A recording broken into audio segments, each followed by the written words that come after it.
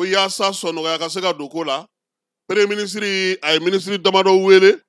ka na u ka jɛ ka kuma fɛɛrɛ bɛ se ka sɔrɔ cogo min na tajiko in na Fala ye o kɔfɛ sa kunnafonidi baro sigira sen kan min ye direction générale du commerce de la concurrence Sumɛla Jite ale tun bɛ o kɛnɛ kan dangan don ale ye DNCC dangan ye ONAP o directeur ba yɛrɛ tun bɛ yen ni o ye Modibo Guro Jali ye olu ni kunnafonidilaw ye barosigi kɛ barosigi in senfɛ Fala ye k'u bɛna jɛkulu wuli ka taa jamana fan 14 bɛɛ lajɛlen na taji mara yɔrɔ min b'an ka jamana kɔnɔ ka taa lajɛ a taji mara ko bɛ cogo di mun bɛ mun kɔnɔ mun tɛ yen mun bɛ yen citerne Fala ye k'u bɛna olu fana jate sirabaw kan k'o se ka olu dan dɔn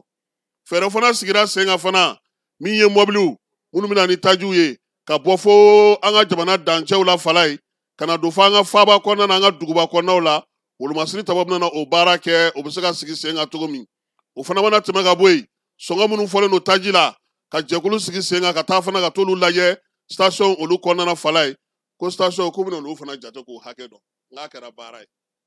anw bɛ tilen k'a fɔ yan ko station dayɛlɛ bɛ jamana in kɔnɔ Fala ye su ni tile ja anw yɛrɛ ka gouvernement t'anw ka station yɛrɛ da dɔn taji bɛ joli kɔnɔ a tɛ joli kɔnɔ baara filɛ nin ye Fala ye ça veut dire que minnu yɛrɛ bilalen don baaraw la an ka jamana kɔnɔ olu tɛ baara yɛrɛ kɛ quoi station kɔni bɛ ka dayɛlɛ dɔrɔn an dun y'a fɔ n ko kɔlɔlɔ bɛ a la Fala ye taji ala ka n'i ci k'a bila i ka so i bɛ bɔ ma retardement dɔn a ka jugu o ye an bɛna tila k'an da don a la barosigi in senfɛ fana Fala ye min ye maa fila in ye directeur fila in ko jamanadenw k'u hakili latigɛ ko fɛɛrɛw sigilen don sen kan taji a bɛ se ka na cogo min na dɔɔni dɔɔni yaasa an bɛ se ka taji sɔrɔ cogo min na ko baaraw sigira sen kan jamana ɲɛmaaw olu fɛ Fala ye kunun ko taji kun fɔlɔ minnu donna Radio Mali maaw y'olu kunbɛn an k'olu yira maaw la.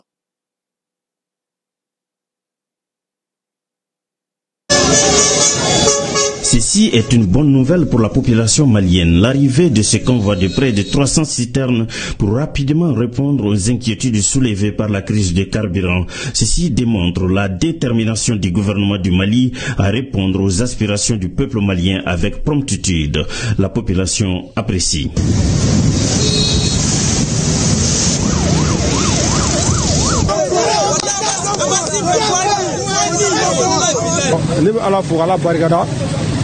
Quand sɔrɔsiw fo m'a fɔ maliyɛn denw ye bɛɛ ka kɛ sɔrɔsiw fɛ ni mun tɛ sɔrɔsiw fɛ bɛɛ ka kɛ sɔrɔsiw fɛ mɔgɔ olu bɛ kungo kɔnɔ bi an bɛ sunɔgɔ la ni sɔrɔsiw nana ni citerne ye bi an k'a bɔ k'u fo k'u waleɲuman dɔn jamanaden bɛɛ kan k'a jateminɛ k'a fɔ jamana in mana kɛ togo o togo an b'a fɛ n'a y'a jangana moto yɛrɛ sɔrɔ ka moto boli yɛrɛ an bɛ jamana in fɛ an bɛ sa jamana in nɔfɛ. Le convoi est arrivé sous le regard vigilant de la brigade des produits pétroliers du Mali. Oh, on est très fiers. Comme toute la population malienne est très contente vraiment de ce convoi qui s'est très bien passé. Même que ça a été mais ça s'est passé dans de très bonnes conditions, sans heurts, vraiment. Il y a lieu de saluer vraiment les forces de l'ordre, les forces armées, qui n'ont ménagé aucun effort pour la réussite vraiment de ce convoi. La Direction générale des douanes, à travers le Bureau des produits pétroliers du Mali, salue l'engagement et la détermination de l'ensemble des acteurs pour l'atteinte des objectifs fixés par les autorités maliennes. C'est le lieu donc de saluer, de remercier les plus hautes autorités du pays, à savoir le président de la transition, le général d'armée Assimi Goïta, le Premier ministre,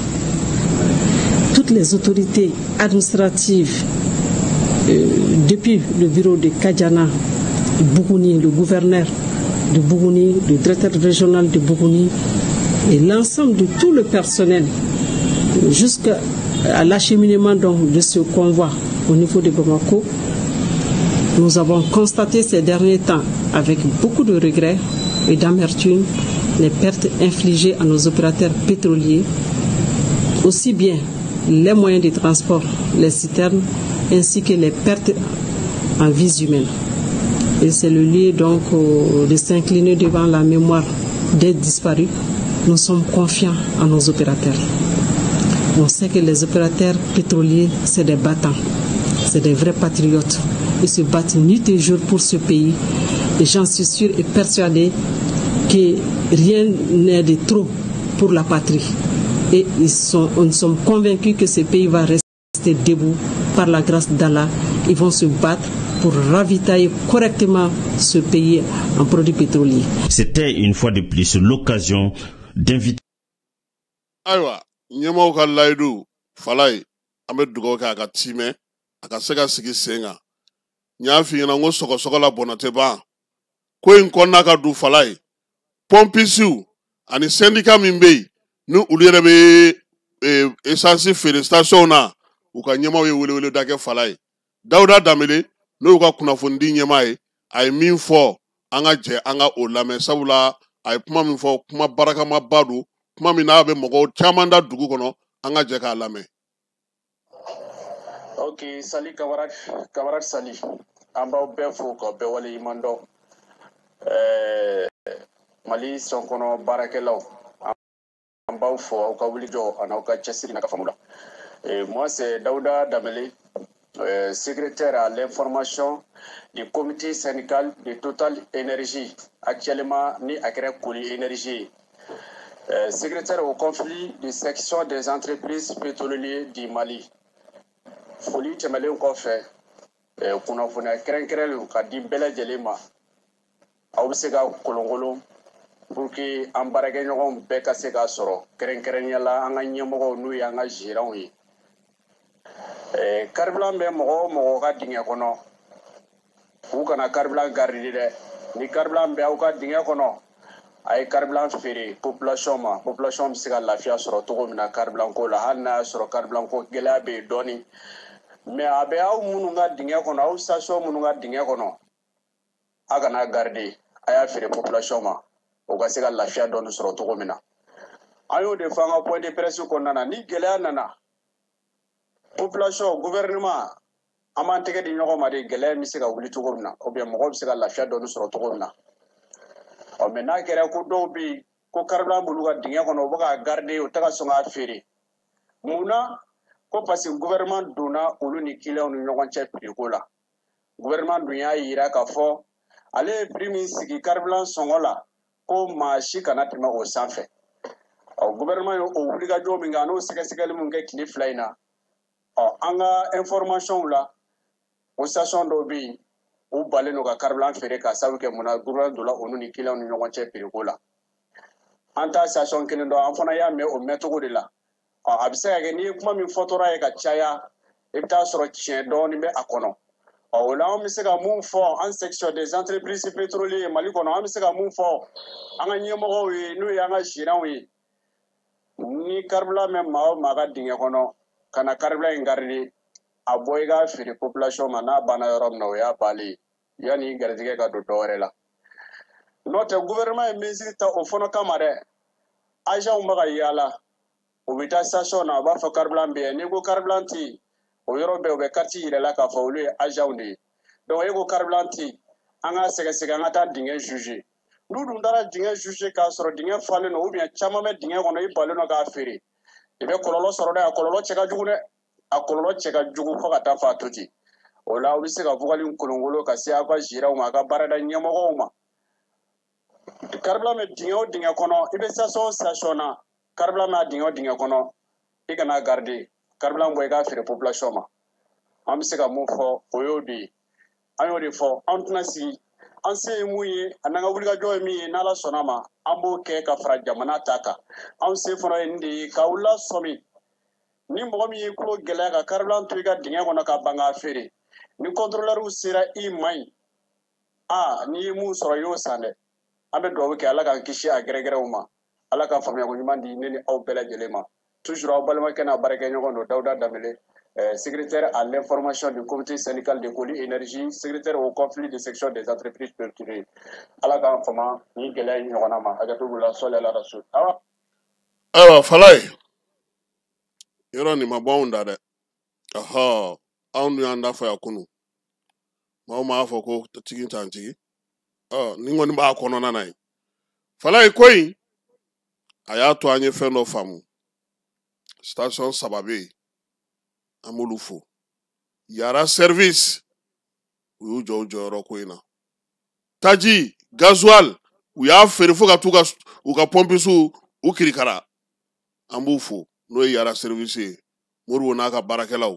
an b'u fo anw yɛrɛ kɛrɛfɛ yan min ye n yɛrɛ dɔgɔkɛ ye Abu Traoré ale fana bɛ yen ale ye gérant ye yara service la anw kɛrɛfɛ yan a fana ka maaw sira baara la ka tile baara la hali sisan u bɛ ka taji feere corridor n t'a tigi dɔn dɛ nka n b'a fo a ka maaw u y'u se kɛ f'u ye mɔgɔw yɛrɛ bila denmisɛnnin dɔw bila fala ye k'u jɔ k'u filɛ u ka mɔgɔw sɛgɛnnen u k'a di maaw ma u ka se k'a feere donc an bɛ corridor mɔgɔw fana fo Shell fana y'i jɔ a jɔyɔrɔ fala ye u y'a feere fo ka taa ban tayi f'an yɛrɛ duguna dingɛ kɔnɔ ɲɔgɔn fɛ donc an bɛ nin station 3 in fo nka fala ye nin ko bɛɛ lajɛlen na maaw bɛ yen mɔgɔw bɛ ɲinɛ olu kɔ maaw bɛ yen mɔgɔw tɛ olu tanu maaw bɛ yen mɔgɔw tɛ fɛn fɔ olu ma maaw bɛ yen mɔgɔw bɛ ɲinɛ u kɔ fala ye o ye chauffeur ye taji nana taji sɔrɔla an y'an diya an ka ɲinɛ chauffeur kɔ a dɔw bananen don an bɛ dugawu kɛ ala ka nɔgɔya kɛ u ye a dɔw bɛ yen olu minɛnen don otage la an bɛ dugawu kɛ ala ka o ɲuman segin an ma fala a dɔw bɛ yen u joginnen an bɛ dugawu kɛ ala k'u ka bana nɔgɔya minnu bɛ sira kan ala k'u kisi ala k'u tanga taa ni ka segin ɲuman ala k'a nɔgɔya an n'u ye bi in na fala ye Sinacor Mali a syndicat maaw ani maa bɛ yen k'o bɛ citerne boli n'u bɛ syndicat wɛrɛw la an b'u fo parce que u fana y'u jɔ u jɔyɔrɔ la u y'a ɲini u ka baarakɛlaw fɛ u ka baara kɛ nka fala ye olu ta tɛ mobili ye dɛ ni mobilitigi ko a ka mobili ti taa chauffeur se t'o la nka an bɛ chauffeur fo sabula an b'a dun bɛ baara min na fala ɲɛ bɛ nin bɛɛ la u kɛlen don ka communication fana sigi u ni ɲɔgɔn cɛ pour que i kana taa bi dingɛ kɔnɔ dɔ tɛmɛna degun dɔ la u b'a kunnafoni di ɲɔgɔn ma ka se ka ɲɔgɔn labɔ a kalama yaasa baara ka se ka kɛ ka ɲɛ cogo min na sɔgɔmada in na an b'u fo k'u waleɲuman dɔn u ka cɛsiri n'u ka timinandiya n'u ka baara kɛcogo ɲuman na Bagayogo n'a ka cɛdenw k'u ni baara ko anw kɔni b'a dɔn u bɛ min na bi jamana in kɔnɔna na u fana jɛnna n'o tɛ n'a y'u fana jɔ u fana b'a fɔ k'u tɛ taa fala ye yɔrɔ ne ka mɔgɔw kɔni kuma tɛ o foli t'olu t'a la o ba armée fala ye denmisɛnninw funanŋɛninw de bɛ kasi la gendarmerie unité la bi ko k'u bila ka taa mission na u ko kuma na olu bɛ toli tan wa k'olu bɛ se ka sigi tan wa u bɛ k'a fɔ lieutenant tɔgɔ sɛbɛn i k'an bila nin ye faso ko de ye a y'an don escorte la n'an sara an sa an sujugu tɛ taa lahara fɔlɔ an b'o sɔrɔsi kamalenw fo ka denbaya bila ka muso bila ka balimaw bila ka gɛrɛn to yen ka balontan to yen ka Bamakɔ zamɛ duman n'a sɛ duman n'a baara kumaba to yen ka réseaux sociaux to yen ka Facebook ni TikTok tigɛ ka b'i ka téléphone na pewu k'i faso an bɛ sɔrɔsiw fo fala ye k'u ka ɲɛmaaw bɛɛ fo wulikajɔ ni cɛsiri ni baara kɛcogo ɲuman na an k'an cɛsiri hɛrɛ bɛ nin kɔ hali na anw m'a sɔrɔ maa minnu bɛna an kɔ u k'a dɔn k'a fɔ k'an fana ye dɔ kɛ fala ye nka anw da ye kuma ye dɛ anw se o de ye n'o tɛ marifa kɔni a bɛ ci ɲɛna kuma caman nka n tɛ se a ci cogo la dɛ masawule ko n b'a fɔ yan sɔgɔmada in na min ye ɲagandu ye Seydou Basiru Tumutukaw fɛ yen Samasa k'a fɔ Gawukaw fɛ yen min ye Musa ye Segu mara la ani Segu marabolo bɛɛ lajɛlen Tapa Uri Demba Jalo Kayi polisi an b'a fana fo fala ye ka polisiw bɛɛ lajɛlen fo maa bɛ yen wolomasiri tabaw ka gun ka sɔgɔmada in na k'u bɛɛ lajɛlen ni cɛsiri ni timinandiya an k'an cɛsiri foyi t'an bolo ni Mali tɛ an ka kɛ Mali fɛ a tɔ Ala yɛrɛ b'o nɔgɔya an ye